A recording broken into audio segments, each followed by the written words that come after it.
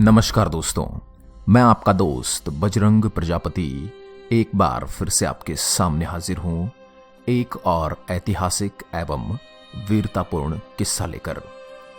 आज हम बात करेंगे लांस नायक जसवंत सिंह की, जिन्होंने अकेले ही 300 चीनी सैनिकों को युद्ध के मैदान में मार गिराया। एक सैनिक जिसने अकेले 300 चीनी सैनिकों को धूल चटा दी।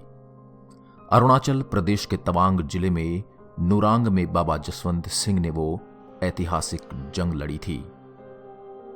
वो 1962 की जंग का आखिरी दौर था। चीनी सेना हर मोर्चे पर हावी हो रही थी, लिहाजा भारतीय सेना ने नुरांग में तैनात गढ़वाल यूनिट की 4थी बटालियन को वापस बुलाने का आदेश दे दिया। पूरी बटालियन लौट गई, लेकिन जसवंत सिंह, लांस नायक त्रिलोक सिंह नेगी और गोपाल सिंह गुसाई नहीं लौटे। बाबा जसवंत ने अपने त्रिलोक और गोपाल सिंह के साथ और फिर 2 स्थानीय लड़कियों की मदद से चीनियों के साथ मोर्चा लेने की रणनीति तैयार की। बाबा जसवंत सिंह ने अलग अलग जगह पर राइफल तैनात की और इस अंदाज में फायरिंग करते गए मानो उनके साथ बहुत सारे सैनिक वहां मौजूद हों। उनके साथ केवल 2 स्थानीय लड़कियां थीं, जिनके नाम थे सेला और नूरा। चीनी परेशान हो गए और 3 दिन यानी 72 घंटे तक वो ये नहीं समझ पाए कि उनके साथ अकेले जसवंत सिंह मोर्चा लड़ रहे हैं। 3 दिन बाद जसवंत सिंह को रसद आपूर्ति करने वाली नूरा को चीनियों ने पकड़ लिया। इसके बाद उनकी मदद कर रही दूसरी लड़की सेला पर चीनियों ने ग्रेनेड से हमला किया और वह शहीद हो गई। लेकिन वो जसवंत तक फिर भी नहीं पहुंच पाए। भारत माता का ये लाल नुरांग में शहीद हो गया। बताया जाता है कि लांस नायक जसवंत सिंह के द्वारा वहां पर 300 चीनी सैनिक मारे गए। भले ही उस जंग में भारत हार गया हो, लेकिन चीनी सेना अकेले एक जसवंत सिंह से हार गई। चीनी सेना भी सम्मान करती है शहीद जसवंत का। चीनी सैनिकों को जब पता चला कि उनके साथ 3 दिन से अकेले जसवंत सिंह लड़ रहे थे, तो वे हैरान रह गए। चीनी सैनिक उनका सिर काटकर अपने देश ले गए। 20 अक्टूबर 1962 को संघर्ष विराम की घोषणा हुई।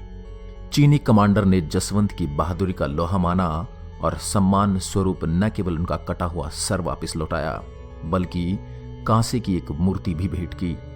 उस शहीद के स्मारक पर भारतीय चीनी दोनों सिर झुकाते हैं। जिस जगह पर बाबा जसवंत ने चीनियों के दांत खट्टे किए थे, उसी जगह पर आज एक मंदिर बना दिया गया है। इस मंदिर में चीन की ओर से दी गई कांसे की वो मूर्ति भी लगी है।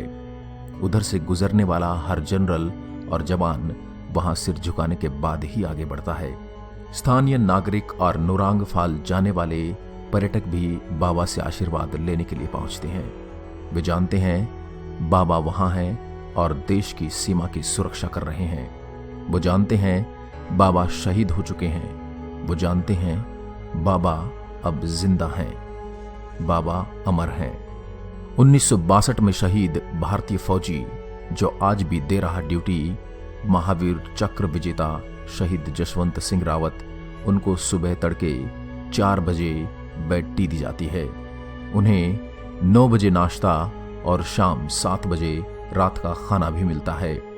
24 घंटे उनकी सेवा में 5 भारतीय सेना के जवान लगे रहते हैं।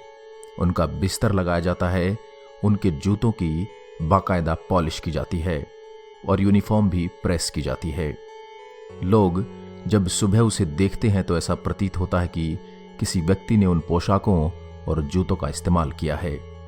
इतनी आराम तलब जिंदगी है बाबा जसवंत सिंह रावत की।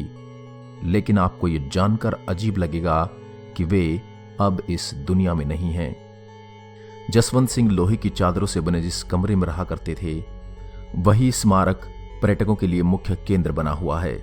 गुवाहाटी से तवांग जाने के रास्ते में लगभग 12,000 फीट की ऊंचाई पर बना जसवंत युद्ध स्मारक भारत और चीन के बीच 1962 में हुए युद्ध में शहीद महावीर चक्र विजेता सूबेदार जसवंत सिंह रावत के शौर्य बलिदान की गाथा बयां करता है।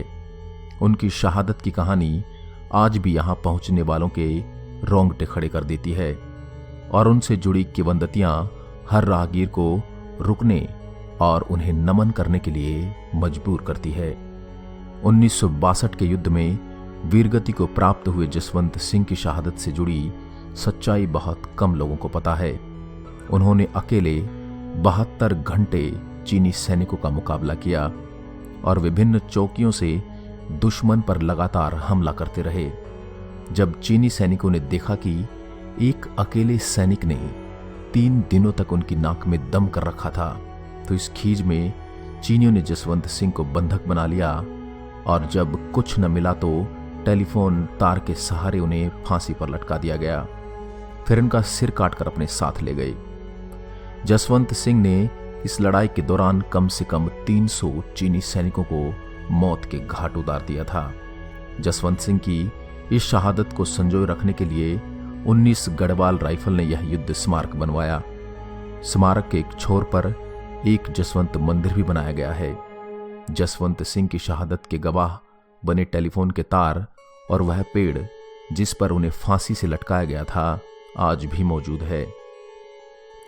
यह जसवंत सिंह की वीरता ही थी कि भारतीय सरकार ने उनकी शहादत के बाद भी सेवानिवृत्ति की उम्र तक उन्हें उसी प्रकार से पदोन्नति दी जैसे उन्हें जीवित होने पर दी जाती थी। भारतीय सेना में अपने आप में यह मिसाल है कि शहीद होने के बाद भी उन्हें समयवार पदोन्नति दी जाती रही। मतलब वह सिपाही के रूप में सेना से जुड़े और सूबेदार के पद पर रहते हुए शहीद हुए, लेकिन सेवानिवृत्ति लगभग 40 साल बाद हुए। नमन ऐसी पुण्यात्मा को, वंदे मातरम। 1962 में चीन ने भारत को करारी शिकस्त दी थी, लेकिन उस युद्ध में हमारे देश के कई जाबाजों ने अपने लहू से गौरव गाथा लिखी थी। आज 1962 के युद्ध को अरसा बीत गया है और हम एक ऐसे शहीद की बात कर रहे हैं जिसका नाम आने पर केवल भारतवासी ही नहीं बल्कि चीनी भी सम्मान में सिर झुका देते हैं। वो मोर्चे पर लड़े और ऐसे लड़े कि दुनिया हैरान रह गई। इससे भी ज्यादा हैरानी आपको यह जानकर होगी कि 1962 युद्ध में शहीद हुआ भारत माता का वो सपूत आज भी ड्यूटी पर तैनात है। आज भी होती है प्रमोशन, उनकी सेना की वर्दी हर रोज प्रेस होती है, हर रोज जूते पॉलिश होते हैं, उनका खाना भी हर रोज भेजा जाता है और वो देश की सीमा की सुरक्षा आज भी करते हैं। सेना के रजिस्टर में उनकी ड्यूटी की एंट्री आज भी होती है और उन्हें प्रमोशन भी मिलते हैं। अब वो कैप्टन बन चुके हैं। इनका नाम है कैप्टन जसवंत सिंह रावत। महावीर चक्र से सम्मानित फौजी जसवंत सिंह को आज बाबा जसवंत सिंह के नाम से जाना जाता है। ऐसा कहा जाता है कि अरुणाचल प्रदेश के तवांग जिले के जिस इलाके में जसवंत ने जंग लड़ी थी, उस जगह वो आज भी ड्यूटी करते हैं और भूत प्रेत में यकीन न रखने वाली सेना और सरकार भी उनकी मौजूदगी को चुनौती देने का दम नहीं रखते।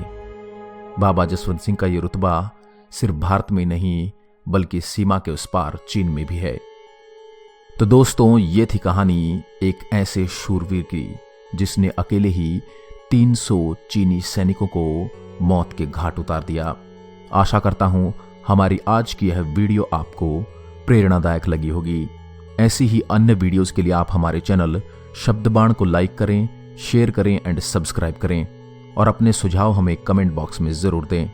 एक बार फिर आपसे मुलाकात होगी एक और ऐसे ही दिलचस्प एवं वीरतापूर्ण किस्से के साथ। तब तक के लिए नमस्कार। जय हिंद, जय भारत।